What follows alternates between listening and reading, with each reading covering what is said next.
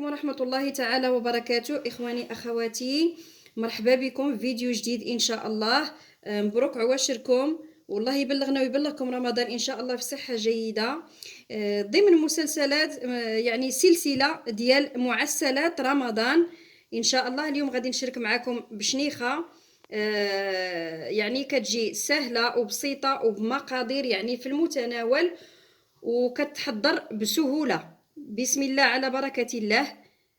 كنحتاجو بالنسبه للكيلو ديال الطحين كنحتاجو 200 تقريبا 800 غرام، او كنحطوا الكيلو ومن بعد كنشوفوا شحال كياخذ لينا العجين على حساب نوعيه الطحين.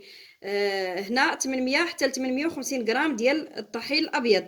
عندنا 250 غرام ديال الزبده لينه من اي نوع نتوما كتستعملوه. عندنا هنا معلقه ديال النافع مطحون غادي نغربلوه مزيان، وعندنا معلقه ديال القرفه حتى هي نغربلوها مزيان. عندنا 4 كاس ديال ماء الزهر، وعندنا معلقه ديال الخل باش كتعطينا الطراوه، والحليب كنحتاجو فقط كاس ونصف، والقليل من الملح. هادو هما المقادير تقريبا لتحضير العجين ان شاء الله باذن تعالى. ونسيت اخواتي السكر فاني كنحتاجو منه يعني ساشي واحد، يعني الخميره الكيماويه كنحتاجو فقط ساشي واحد من حجم 8 غرام باش كتعطينا واحد الهشاشه البشنيخه ديالنا. بسم الله على بركه الله. كناخذوا الزبده ديالنا.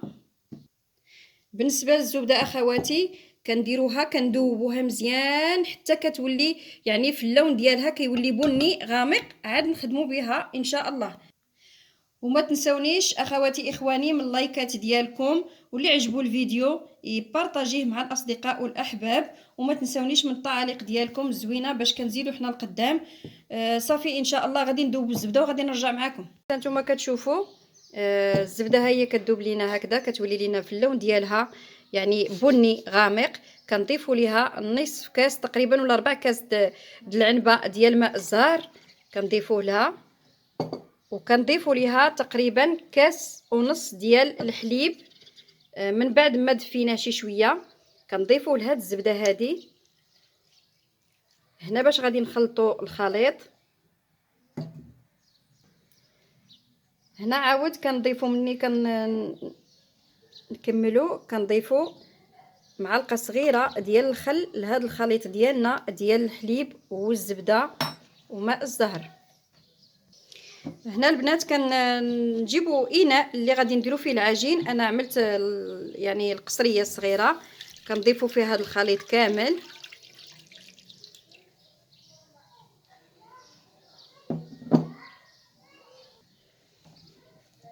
كنضيفوا القليل من الملح. صافي البنات من بعد ما خلينا هذا الخليط هنا في القصريه ديالنا كنبداو بالطحين، يعني بالقليل من الطحين ماشي بزاف حتى كتجمع لينا العجين. كنوقفوا هنا ملي كنعملوا هاد شويه ديال الطحين كنضيفوا ليه ساشيه ديال الفاني، وكنضيفوا ليه ساشيه ديال البيكين باودر ولا الخميره الفوريه،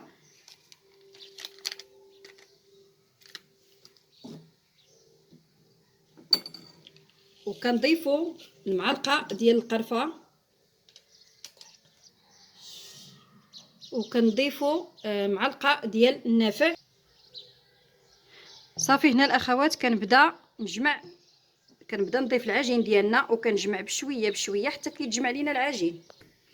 صافي البنات نتوما كتشوفوا كيفاش تجمعات، يعني خصها ضروري نخليوها قاصحه ما نديروهاش لينه باش كتخرج معنا هشيشه وكتخرج زوينه بهذه الطريقه هذه. صافي كنجمعوها هكذا كندلكوها غير صافي ها هما كما شفتوا كنخليوها هكا قاصحه. كندلكوها غير شي حاجه بيدنا، نقدروا نفرقوها على جوج ونقدروا ندلكوها غير هكذا. صافي وكنديروها نحاولوا ندلكوها على سطح العمل كما راكم كتشوفوا هكا غير شويه بيدنا غير باش كتطلق لنا العجينه. صافي وكنخليوها كنديروها في البلاستيكه وكنخليوها تقريبا 60 كنخليوها تقريبا 60 دقيقه، يعني ساعه المكانه كامله كنديروها غير في التحت في الثلاجه لتحت وكنخليوها ترتاح. من بعد نرجع معكم ان شاء الله. البنات صافي خليناها حتى طلقات لينا شويه، يعني تقريبا واحد ساعه المكانه. غادي نرجعوا ليها دابا كيفاش طريقه التوريق ديالها ان شاء الله. انا قسمت العجينه على جوج الاقسام. دابا ها هي نقدروا حنا دابا هكذا نقسموها. بالنسبه للمبتدئات يحاولوا يديروا حجم صغير شويه باش ما تعذبهمش في الخدمه. كنديروها قطع هكذا وكنديروها في البلاستيك. كنخدموا هذه القطعه هذه وحده، كنحاولوا ندلكوها بالمدلك. بالنسبه للناس اللي غتخدمها على يدها، وبالنسبه للناس اللي عندها يعني يستحسن يكون عندك الاله ديال التوريق، لانها كتساعد بزاف في هذه المشنيخه هذه. ما كتعطيناش بزاف، كتاخذ ليناش بزاف الوقت. هنا كنورقوا بشنيخه ديالنا كما سبق لنا عملنا للشباكيه، يعني نفس الطريقه ديال التوريق الشباكيه باش كتجينا مورقه. كنديروا لها هكذا، كنعاودوا نديروا لها هكا على شكل مربع، وتنخليوها كما كنعملوا الشباكيه. كنخليوها باش يعني كترخف لينا شويه. هنا البنات كنستمروا بنفس الطريقه. ها نتوما كما كتشوفوا كنعملوهم هكذا طوالين. ملي تنطويهم بحال هكذا صافي تيبقاو، وتنعملوهم في البلاستيك ديالنا وتنخليهم على ما كنوجدوا الوراقه ديالنا ان شاء الله. وكنورقوهم، كنخليوهم شي حاجه يطلقوا باش كيجيونا مزيونين في الخدمه. هنا البنات كنجيبوا الوراقه ديالنا. هنا كنستعملوا غير التوريق العادي قبل ما نستعملوا التوريق ديال المشنيخه، يعني بهاد السنينات هادو حتى كنطلقوها بعدا عاد كنديروها في هاد يعني في هاد الاله ديال باش كتخرجها لينا يعني اشرطه. وكنبداو دابا الوراقه في الاول كنعملوها على 6، على رقم 6، وكنبداو نطلقوا. كنطلقوها في رقم 6 كما كتشوفوا.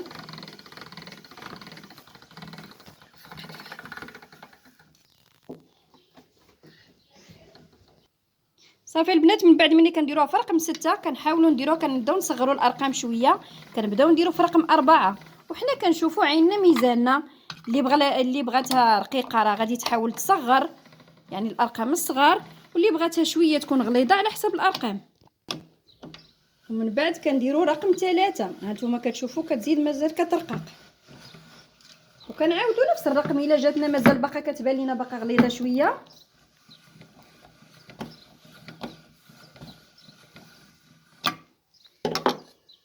ثم كتشوف هزي شويه. نخليوها هنايا مثلا على شي منديل كيكون عندنا نقي، وتنزلوها تحت النافذه حتى كنكملوا الكميه كامله. عاد كنرجعوا للطريقه ديال الطريق دمشني. هانتوما البنات من بعد ما نشفات لينا كنحاولوا ندخلوه هنايا في هذا الراس ديال هاد يعني البلاصه ديال السباكيتي ولا ديال المشنيخه هنايا في الوراقه نخرجوها.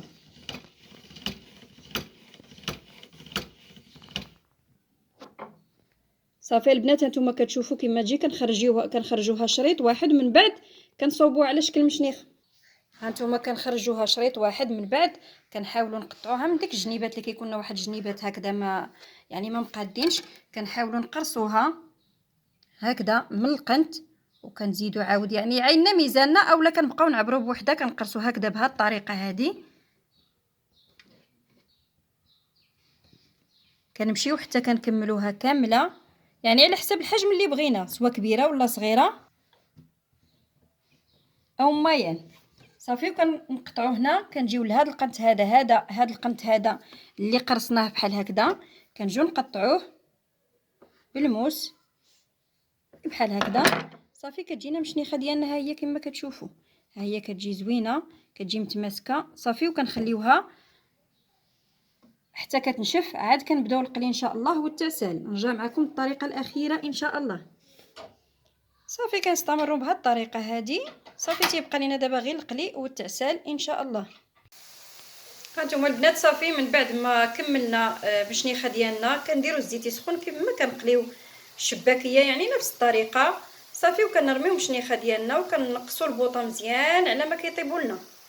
وهنا البنات كنعسلوهم في العسل ديالنا، نتسناو حتى ما يتعسلوا لنا صافي، وكنعملوهم في الصفاي او في الكسكاس او في شي حاجه هكذا كما كيصفاو لنا، ونرجع معكم ان شاء الله. وهنا هانتوما كتشوفوا يعني كنخليهم يتصفاو مزيان من العسل، ومن بعد كنزينوهم باللوز ايفيلي ولا بالزنجلان، ولا على حسب كل وحده واش كتحب في التزيين. هذا هو الشكل النهائي البنات ديال المشنيخه. هنا كينتهي الفيديو، في امان الله.